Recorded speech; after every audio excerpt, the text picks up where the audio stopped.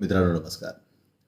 सध्या महाराष्ट्रामध्ये बीडचा विषय मसाजोग असेल, परळी असेल किंवा इतर काही ठिकाण असेल. एकूणच बीड जिल्ह्याचा विषय सध्या महाराष्ट्रामध्ये चर्चेचा आहे. रोज आपण जेव्हा आपण टीव्ही लावतो किंवा अजून कुठलं सोशल मीडिया आपण ऑन करतो, तेव्हा सतत दिवसभर रोज बीड जिल्ह्याच्या प्रकरणाच्या बाबतीतल्या चर्चा आपल्याला ऐकायला येतात.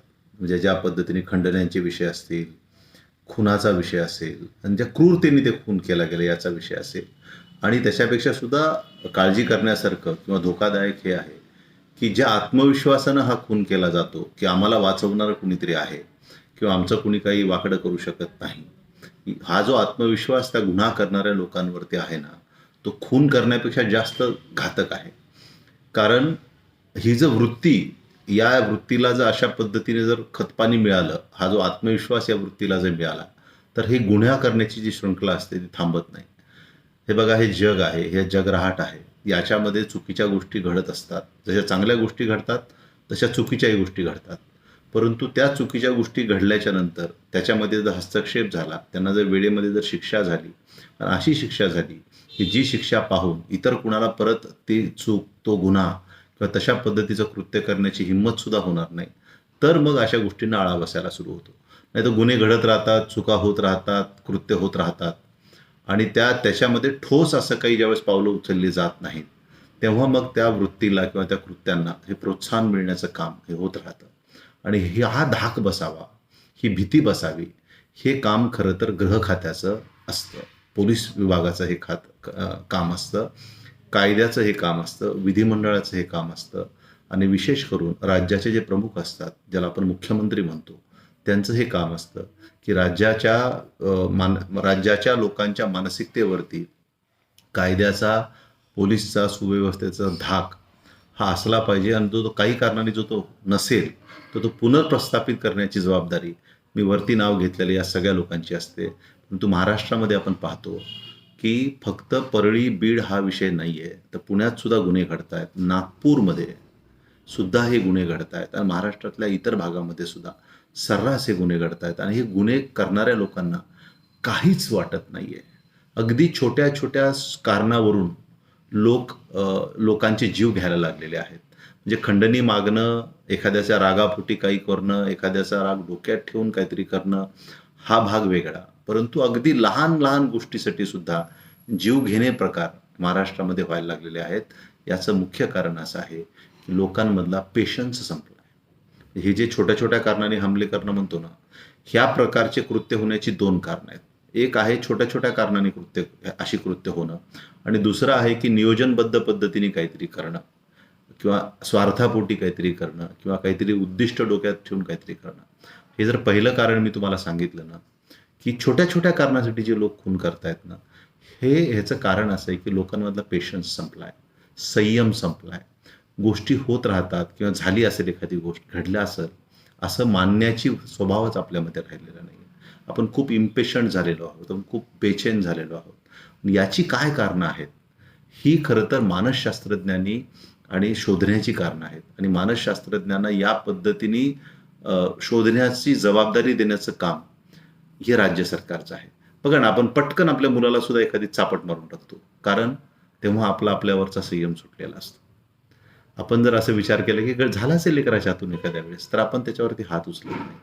परंतु जेव्हा आपला स्वतःवरचा ताबा सुटतो किंवा संयम सुटतो, तेव्हा आपल्याकडनं अगदी छोट्या कारणावरून या गोष्टी घडतात आणि चापट मारणं तर खूप लहान गोष्ट आहे, परंतु लोक खून सुद्धा करायला लागले. अशाच पद्धतीचे कृत्य मागं लातूरमध्ये, गोलाईमध्ये घडलं. अगदी क्षुल्लक कारण होतं.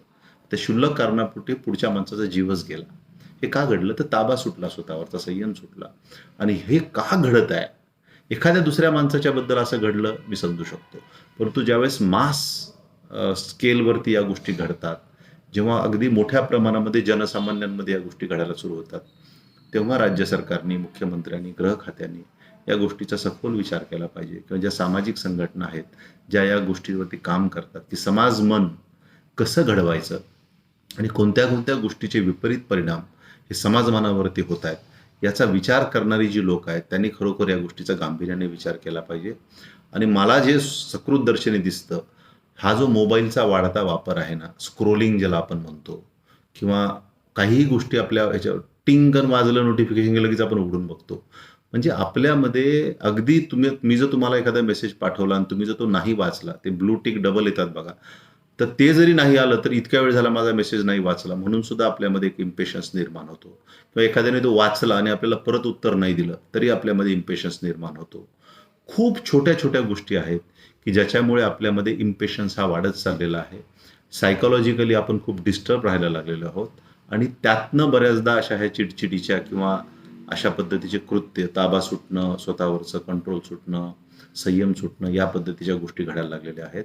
आणि याचा धोरण म्हणून केंद्र सरकार आणि राज्य सरकारने विचार केला पाहिजे, की आपण आपल्या लोकांच्या हातामध्ये नेमकं काय देतोय, त्यांना काय आपण पुरवतोय, कशाचा आपण पुरवठा करतोय आणि त्याचा त्यांच्या मानसशास्त्रावरती काय परिणाम होतोय, याचा विचार निश्चित केंद्र सरकार, राज्य सरकार आणि इतर जे काही लोक आहेत त्यांनी करायला पाहिजे असं मला वाटतं. दुसरी जी माझी बाजू आहे, जी बीडचा प्रकार आहे, खंडणी असेल किंवा राजकीयदृष्ट्या कुणी आमच्या विरोधात गेलं तर त्याला संपवणं असेल, खोटे गुन्हे दाखल करणं असेल, याचा मात्र जो विषय आहे ना, हा कायद्याचा, पोलिसचा, गृह खात्याचा धाक नसल्याचा हा विषय आहे, की आम्ही जर हे कृत्य केलं तर आम्हाला वाचवणारे कुणीतरी आहेत किंवा हे जे वाचवणारे असतात, ज्यांना सुरेश दत्त साहेब आका म्हणतात, हे लोक त्यांना सांगतात, तू कर, काळजी करू नको, मी आहे, तुला याच्यातनं बाहेर काढतो.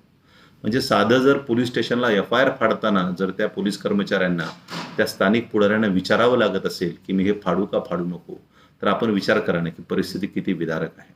आणि हे घडत आहे याचं कारण असं आहे, की गृह खात्याचा धाक राहिला नाही आणि या गोष्टीला गृहमंत्री हे स्वतः जबाबदार आहेत. कारण राज्याच्या पोलीस व्यवस्था ही कशी असावी, त्या पोलीस व्यवस्थेच्या वेगवेगळ्या पदावरती कोणती लोकं असावीत, हे ठरवण्याचा संपूर्ण अधिकार गृहमंत्र्याला असतो. आणि महाराष्ट्र राज्याचे मागच्या 10 वर्षाच्या शासनाचा जर आपण नीट अभ्यास केला तर 7.5 वर्ष देवेंद्र फडणवीस हे गृहमंत्री राहिलेले आहेत आणि त्यातले 5 वर्ष ते स्वतः मुख्यमंत्री राहिलेले आहेत. आणि मधल्या 2.5 वर्षाच्या काळामध्ये दुर्दैवाने अनिल देशमुख आणि दिलीप वळसे पाटलासारखे अतिशय निष्क्रिय गृहमंत्री या राज्याला लाभले. परंतु देवेंद्र फडणवीस, ज्यांना आपण अतिशय कार्यक्षम समजतो आणि तेही मीडियासमोर येऊन सतत शब्दछल करत लोकांना आश्वस्त करतात, की कुणालाही सोडलं जाणार नाही. परंतु हे सांगताना ते एक छोटासा शब्दछल असाही करतात, जर सापडले तर, दोषी आढळले तर, अशा पद्धतीचे वक्तव्य ते करून वेळ मारून नेतात. कारण त्यांचं मूळ धोरण आणि वृत्तीच ही राजकीय लाभ काही असेल तरच कृती करण्याची असल्यामुळे, ज्या गोष्टीमध्ये राजकीय लाभ नाही आणि कदाचित राजकीय नुकसान आहे, तशा गोष्टींना न करणं आणि त्यांना पाठीशी घालणं, या पद्धतीचं त्यांचं धोरणच पक्षीय धोरण अगदी दिल्लीपासून गल्लीपर्यंत राहिलेलं असल्यामुळे या सगळ्या गोष्टी राज्यामध्ये दुर्दैवाने घडत आहेत. मला आठवतं की आदरणीय विलासराव देशमुख साहेब जेव्हा लातूरला नवीन मंत्री झाले होते त्यांच्या काळामध्ये, तर लातूरमध्ये बरीच गुंडागर्दी होती. परंतु अरूप पटनाईकच्या सारखा एक अतिशय सक्षम SP लातूरला त्यांनी आणला आणि त्या अरूप पटनाईकचा धाक असा बसला त्या काळामध्ये लातूरमध्ये, की त्याचा धाक अजूनही लातूरमध्ये बऱ्यापैकी कायम आहे. ती कायदा सुव्यवस्था, पोलीसचा धाक जो तेव्हा बसवला गेला. मधल्या काळात उमापसाहेब DYSP म्हणून होते, सांगळे होते DYSP म्हणून. यांनी अतिशय चांगलं काम हे लातूरमध्ये केलं आणि अशाच पद्धतीचा धाक असणारे अधिकारी जोपर्यंत आपण मुख्य जबाबदारीमध्ये ठेवत नाही, तोपर्यंत ही व्यवस्था सुधारत नाही. हे बघा, शिक्षा करणं हा भाग वेगळा. चूक घडली, गुन्हा घडल्यानंतर तुम्ही शिक्षा कराल, पण चूक घडूच नये, गुन्हा घडूच नये, हे जर करायचं असेल तर मात्र धाक कायद्याचा, पोलिसचा खूप आवश्यक आहे. धाक हा शब्द खूप महत्वाचा आहे. आपल्या सुद्धा घरामध्ये बघा, मुलांना आईवडिलाचा धाक असतो. दरवेळेस काही वडील मुलांना शिक्षा करत नाहीत, मारत नाहीत, पण ते मारू शकतात, शिक्षा करू शकतात. ह्या धाकापोटी मूल चूकच करत नाही किंवा चूक करताना 10दा विचार करतो. इथं महाराष्ट्रात उलटच चाललंय. चूक करताना विचारच करायची गरज नाही, कारण धाकच नाही, कुणाची भीतीच नाही. त्यांना वाटतं आपण काही जरी केलं तर आपल्याला यातनं वाचवलं जाईल, सोडवलं जाईल. हा विश्वास आणि हा आत्मविश्वास त्यांना झाल्यामुळे महाराष्ट्रामध्ये गुन्हेगारी मागच्या 10 वर्षामध्ये प्रचंड प्रमाणात वाढली आहे. आणि याला जर खरोखर कुणाला जर जबाबदार धरायचं असेल तर गृहमंत्र्याला धरावं लागेल. खालच्या अधिकाऱ्यांना फारसं जबाबदार धरून उपयोग नाही, कारण ह्या अधिकाऱ्याच्या नेमणुकाच गृह खातं करतं आणि त्याचे मुख्य गृहमंत्री असतात आणि मुख्यमंत्री असतात. अगदी आता सुद्धा बघा, या परळी आणि बीडच्या विषयामध्ये देवेंद्र फडणवीस हेच मुख्यमंत्री आहेत आणि तेच गृहमंत्री आहेत. त्याच्यामुळे मला असं वाटतं वैयक्तिकदृष्ट्या, की खरोखर देवेंद्र फडणवीसांना जर काही करावंसं वाटत असेल, जे की ते मीडियाच्या समोर येऊन महाराष्ट्राच्या जनतेला आश्वस्त करतात, त्यांनी स्वतःचा धाक या अशा पद्धतीच्या वृत्तीच्या लोकांना वाटेल अशा पद्धतीची कृती आणि अशा पद्धतीची यंत्रणा आणि व्यवस्था त्यांनी संपूर्ण महाराष्ट्रामध्ये लावली पाहिजे. कारण कधी-काळी आपण गडचिरोलीला नक्षलवाद्यांचा जिल्हा म्हणून ओळखायचो आणि त्याला स्पेशल केस म्हणून वागवलं जायचं. तशी परिस्थिती आज महाराष्ट्रातल्या प्रत्येक जिल्ह्यामध्ये जवळपास आहे. अगदी लातूरसारख्या शांत शहरामध्ये आणि जिल्ह्यामध्ये सुद्धा आता वरचीवर अरेरावी, गुन्हेगारी ह्या गोष्टी वाढत चाललेल्या आहेत. ड्रग्सचं प्रमाण वाढत आहे अशी चर्चा आपण ऐकतो. मारहाणीचं प्रमाण लातूरमध्ये वाढत आहे असं आपण ऐकतो. काही प्रमाणात खूनसुद्धा लातूरमध्ये झाला असं आपण पाहतो. हे सगळं लातूरसारख्या शांत आणि व्यापारी शहरात आणि जिल्ह्यात जर होत असेल तर इतर जिल्ह्यांचा तर आपण विचारच न केलेला बरा. आणि याचं मुख्य कारण आहे पोलिसचा, गृह खात्याचा आणि कायद्याचा धाक हा अशा पद्धतीचे कृत्य करणाऱ्या लोकांना राहिलेला नाही. याची संपूर्ण जबाबदारी ही देवेंद्र फडणवीस यांची आहे.